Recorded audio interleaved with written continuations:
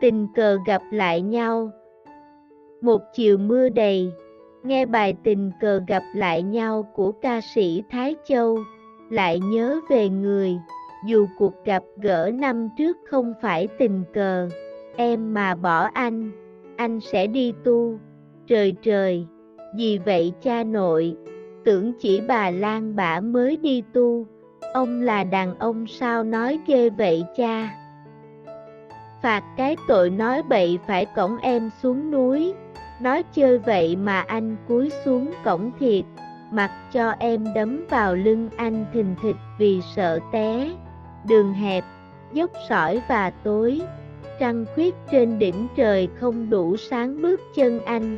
Đó cũng là lần đầu tiên và lần cuối cùng em đi chùa với anh. Dù rằng trước Đức Phật anh đã cầu mong em và anh mãi mãi bên nhau, Nha Trang nơi kết nối tụi mình. Khi đó em đang chạy trốn khỏi quá khứ không vui sau một lần đổ vỡ ở tuổi 23. Anh đã đến với em như một định mệnh. Em đã khổ sở đắn đo, giằng xé trước việc có nên nhận lời thương anh, khi anh còn quá trẻ để đủ sức cùng em vượt lên định kiến xã hội và rào cản gia đình. Rốt cuộc em đã thua trước sự kiên trì của anh. Em nhắm mắt yêu và bất chấp. Ngày đầu tiên anh dẫn em về gia đình ra mắt, anh biểu tạm thời mình lấy lòng ba má rồi từ từ anh nói sau. Chắc ba má sẽ thương em thôi. Tin anh đi. Dù rất khó chịu khi ba má hỏi về hoàn cảnh mà em không dám nói, nhưng em không biết làm gì khác. Ba má rất quý mến em. Sau vài lần ba má đòi mang trầu cau tới rước em về, tụi mình cứ hẹn lần hẹn lựa tới 3 năm sau. Anh làm nghề biển, lên đêm ngày trên sóng nước. Em ở đất liền đi làm và chờ đợi. Sợ em buồn đêm nào anh cũng gọi và hát cho em nghe. Tới khi em giả vờ ngủ anh mới tắt máy và không quên nói câu vợ anh ngủ ngon. Ráng đợi anh thêm thời gian nữa. Nếu ba má không chấp nhận, mình cũng đủ sức nâng đỡ nhau lúc ra riêng. Anh thương em rất nhiều, sẽ cố gắng hết sức để bù đắp cho em. Em đã khóc vì thương, vì vui sướng. Cái cảm giác đó sau này và mãi mãi em sẽ không tìm thấy được bất cứ nơi đâu. Mỗi chuyến đi xa về tụi mình cùng rong ruổi bên nhau. Buổi chiều anh nấu những món em thích hai đứa ăn, rồi rủ em ngồi trên thúng cho anh chèo đi lanh quanh trên biển. Anh chở em tới chỗ mấy anh em nuôi tôm hùm. Em tựa đầu trên mạn thúng và cảm nhận hạnh phúc. Đêm khuya gối đầu bên vai anh ngồi trên cầu cảng nhìn trăng trên biển, và nghe tiếng sóng vỗ dưới chân sau buổi nhậu cùng với bạn bè. 3 năm chưa khi nào anh khiến em đau lòng, chỉ có em thỉnh thoảng hay kiếm chuyện hờn giận vu vơ cho anh dỗ. Ví như em không cho anh đi lặn vì có lần anh suýt ngột vì bị trục trặc ống dẫn khí mà anh cũng lén làm vì muốn kiếm thiệt nhiều tiền nuôi dưỡng tương lai. Anh hay nói cuộc đời có bao nhiêu không đủ để mình thương sao còn hoang phí hả em. Dường như mỗi phút giây anh đều trân trọng. Người ta nói vợ chồng với nhau là duyên là nợ. Vậy mình gặp nhau thương nhau là cái gì? Đó là câu hỏi mà cả đời này em không có câu trả lời cho vừa lòng. Để lúc không còn nhau thế này em có cái lý do để mà thôi dằn vặt. 8 năm trời em lánh xa anh, 8 năm trời anh mòn mỏi kiếm tìm, đợi chờ, hy vọng. Em là người đàn bà tàn nhẫn nhất thế gian. Em muốn anh nghĩ thế cho anh bớt đau. Bất hận, sau cái đêm liên hoan ở công ty về em đã mượn hơi men mà thú nhận với má anh sau những ngày dằn vặt và lừa dối. Mà cũng ngộ thiệt, đã say mà phải uống lưỡi cả 100 lần mới thốt ra nổi cái câu, má ơi, con xin lỗi, con là người đã từng có một lần dang dở và có một đứa con riêng, con không dám nói với má, con lừa dối má và cả gia đình, dòng họ. Giây phút đó em nghe má chết lặng, cái đoạn im lặng khủng khiếp đó như dài vô tận. Em đã cấu nát đùi mình để lấy hết dũng khí nói ra, rồi em bật khóc, khóc đến không thở nổi. Bên kia má cũng khóc. Má nói, sao con lại thế? Sao tụi mày lừa dối ba má?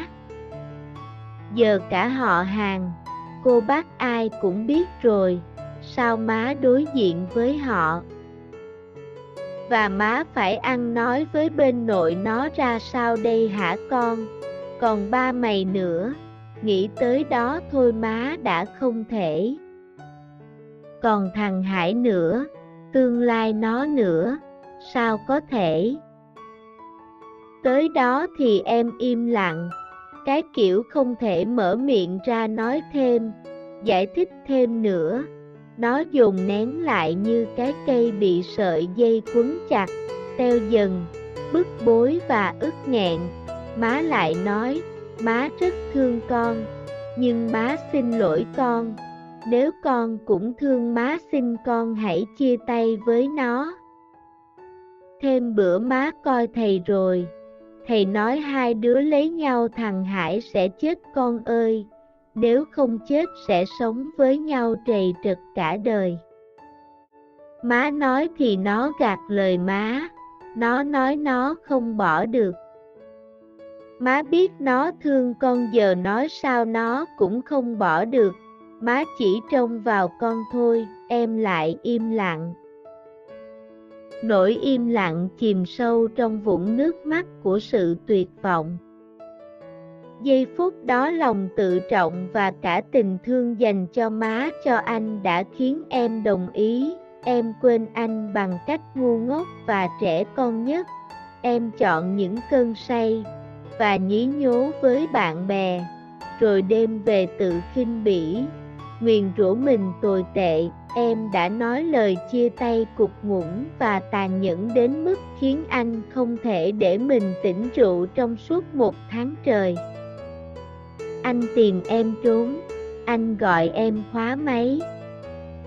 Em chỉ nói mình không hợp, em lỡ thương người khác rồi, lý do đó sao làm thỏa mãn một trái tim yêu và tin tưởng em nhiều như thế. Em im lặng, bỏ số, và bỏ đi nơi khác lập nghiệp.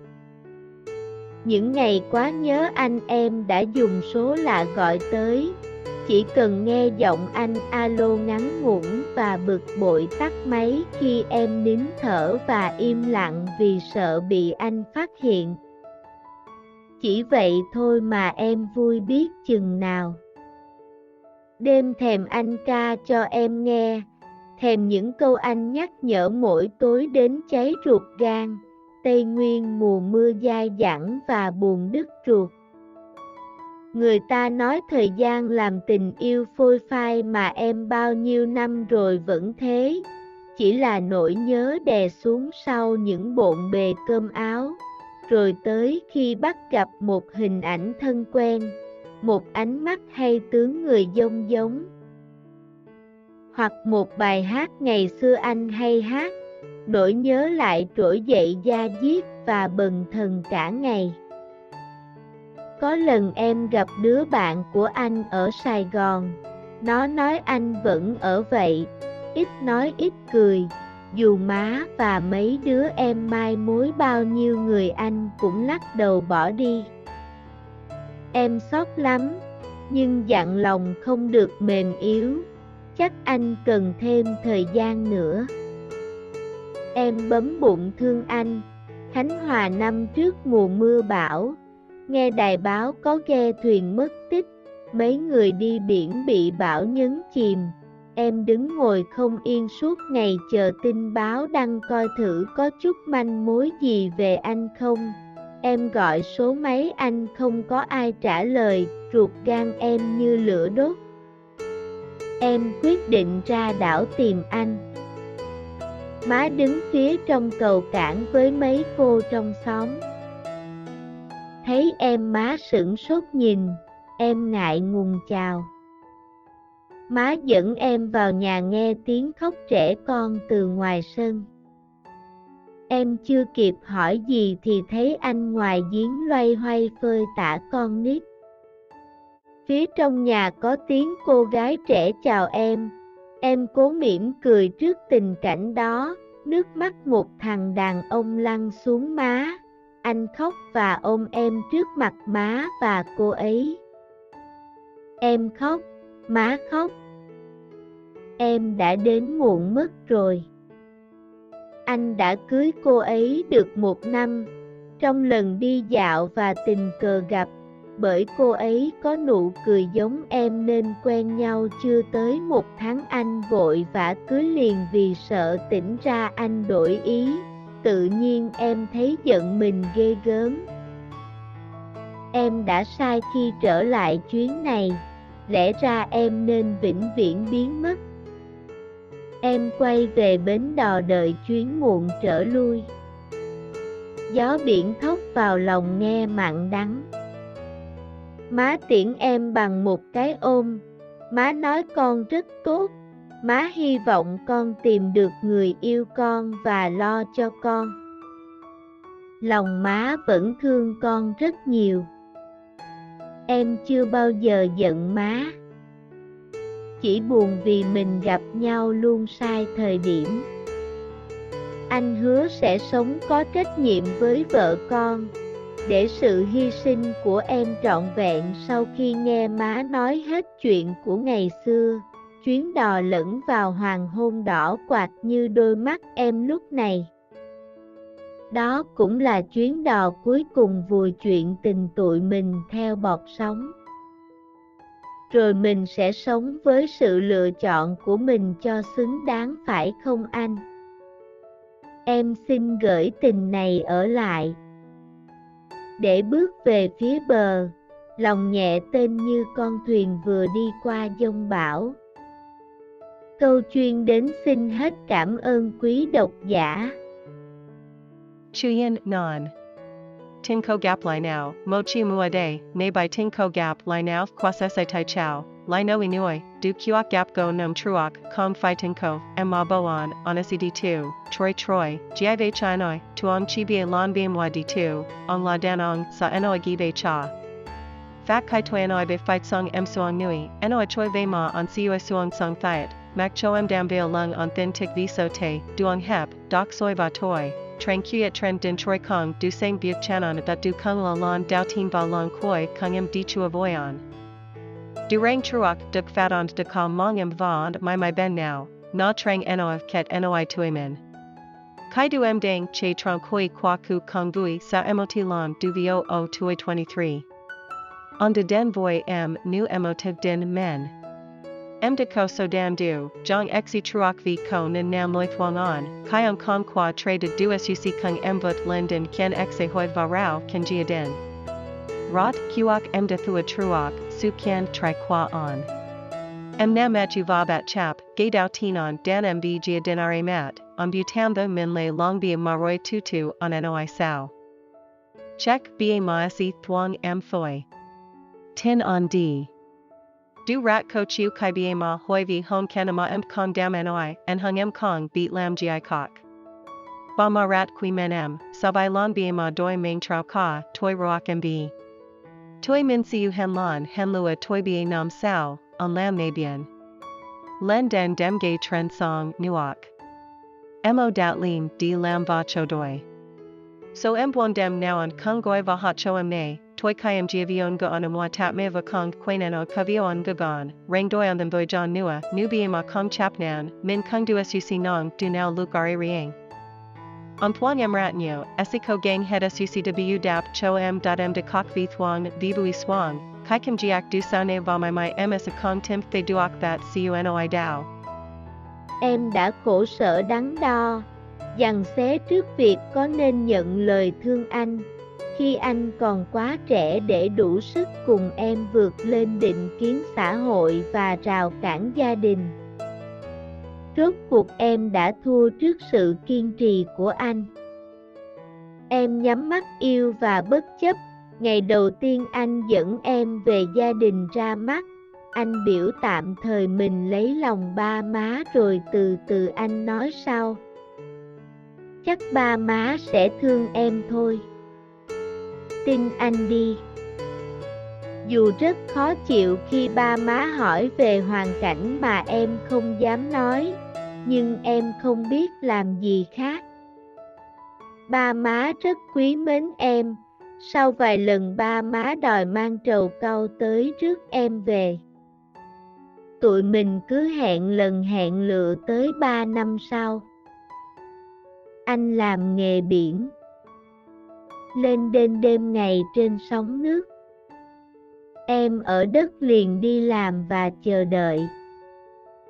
Sợ em buồn đêm nào anh cũng gọi và hát cho em nghe. Tới khi em giả vờ ngủ anh mới tắt máy và không quên nói câu vợ anh ngủ ngon. Ráng đợi anh thêm thời gian nữa. Nếu ba má không chấp nhận, mình cũng đủ sức nâng đỡ nhau lúc ra riêng. Anh thương em rất nhiều, sẽ cố gắng hết sức để bù đắp cho em đã khóc vì thương, vì vui sướng. Cái cảm giác đó sau này và mãi mãi em sẽ không tìm thấy được bất cứ nơi đâu. Moi chain dx tue min kung rong ro ben now, bui chuan now en hun mon em tik hai duen, roy rum goi tran thung cho on chio de lan quan tran bien, on cho em toi cho me on em nu tom hum, em tua dao tran man thung va cam nan hun fuck. Dem kia goi dao ben by on goi tran kot song nin trang tran bien, bon a ting song dio du chan, sao bui, now kung boy ban bi. Bonam chua kai now on kinem dao long, chi ko em thin throwing hey, kim chain han, john bu vio cho on do. By new em kong choan filon vi kolon on set got vi by truck track on dan kai ma on kun len lem vi muon kim thiet nu ti nui duong tuong lai. On hey noi kuok doi ko bao nu kong du demin thuong sa kon hong fi ham. Duong nu mwa fu jian du tran trong nui ta noi vio chong boy now la din la no, they min gap now thuong now la kai gi. Du la kahoi masi doi naam kong ko ka traloi chavu long, de luk kong ka now the naam ko kylie du de mathoi dan that, tam nam troyam lan exeon, tam nam troyam mon moi king tim, doi cho, hai vong. Em la nuoi dan ba tan nan not the john. Em muon on gi the cho on bot dao, bot han, sa kai dem lin hon op song tai vm de muon hoi men ma Thursday nan boy ma on so en hunge jong that valua doi. Ma kung engio thiet, de se ma fi wang lu se trem lon moi thot ar anoi kai ka mai, con exan loi, con la nui de tung koemoti lon deng du va koemoti du a con riang, con dem anoi boy ma, con lua doi ma va se jia den, dong ho, jie fu du em ma chet lang, kai donam lang kung keep du nu di vio tan. Em de con net dui min de lay het dung kai anoi roy em bat kok den kong do anoi. Then kia ma kung kok. Ma anoi, sa con lai the, sa tue mate lua doi bi ma. Gio si ho hang, ko bi si ai kung beat roy, sa ma doi dine boy ho. Ba ma fi en anoi boy ben anoi no ari sa de ha con bi menua, gitoi du thoi ma de kongda. Con tang hai nua, tuong lai no nua, sa ko da. Ko lon em gap du a band qua no Saigon, no anoi on van ove, it anoi at koi, du ma va me du em my moi bao nu nuoi kung lak dao bo di. Em zot lam, en hung down long kong duak mu, chuk on kan boy john nua. Em bam bung thuang on, con hoanum truak mua bao, na dai bao ko gi thuyen mat tich, me nuoi di bien by bao nan chim, em dung goi kong yenset gacho tin bao dang koi Thursday ko chut man moi jiaviong kong, em goi so ong kong ko ai tral loya ruat gon em nu lua dot.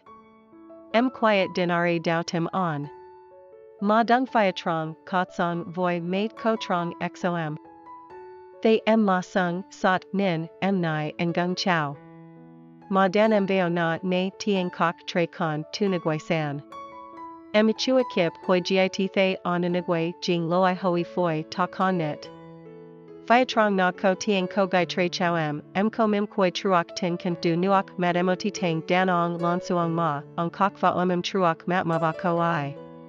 Kok, ma kok. De den muon, mat roy. On de koi ko, I duok one nam, trong lon di dava tin ko gap, I ko nu koi jong nin quen now chua toi one thing on voi vie koi lean viso tenare on doi y, tunin thay john ming gi gom. Desai kai tiaro lai chien ne, lu ram nen vin vien bien mat. Quay vi ban du doi chien muon tiaro lui. Gil bien thok veo long ne man dang. Ma tinem bang emotikai ma noi con rat tot, ma hai vong con tim duok nuayu con val locho con. Long ma van thuong con rat nu. Chua bao geo john ma. Chi buon vi min gap now luon sidoi diem. On hua sa song ko trake nim voi vio con, desu hysend quam tron ven sa kai ne ma noi het chien qua geishua, chien du lon veo hong han du quach nu doimet luk ne. Du kung la chien du koi kung vui chien tin tue min theobot song. Roy minesi song boy su lua chan qua min cho sung dang fi kong on. Xin goi tin neo lai. De buk vi fi abo, long ne ten nu con thuyen bua di qua jong bao. Ka chen den xin het cam on qui doc gia. Toi du tiem lang, kai kio kong the moming rno adam, jai tik them nua, nodon nin lai nu kai ke by soy de quan chat, teo dan, buk boi vi uc engen, malayano ama rat thuong con, and hung ma xan loi con, nu kong kung thuong ma xan con he chia te voi no. Them bue ma koi the roy, they anoi hai du lane now tang hiasi chet conoi, nu kong chetasi song boy now tre tratsi doi. Ma noi ti no gout loi ma, no noi no kong bo duok. Ma beat no thuong con geo noi sa no kong bo duok, ma chi trong veo con thoi, lai lang. Noi lang chim sao trong vung nuok mat qua su tuet vong. Jie fu de long tu trong va se tin thuong dan cho ma cho on de kin dong wife quain on bang catch ngoen jotha ba tre con not, chan en hung con se, ba nhi no voi ban bi, roy dembi tu kin bais when rua min toi ti dam dano loi chia te cut ngun ba ten en den mec keen on kong the demin ten ro trong sed mot thing troi. On tim tron, on goi kwame. Chi noi min kong hop lo thuong nuoi kok roy dot li du sa lam tho man mot tre tin yu va tin tuong u nu the. Lang, bo so, ba bo di noi kok lapang geep. En hung ge kwa no on de dung so la goi toi, chi kan ne jong on alo non dun va buk boi tat me kai nin tho va lang vi so by on fat hien. Chi ve thoi ma vui beat chung now. Dem them on chom ne, them en hung ka on nak no mua toi den che ruat gon, tanguin mua di dang ba bon di uti ruat. Nui ta noi thoi john lam tinu foi fi ma bao unam roivende, chila noi no de suong so en hung bon become ao, roy toi kai bet gap emotihin on then quen, emotion mat hey tuong nui jong. Hok emoti by hot gay shua on hey hot, noi no lai troide de diet ba ban then si gay.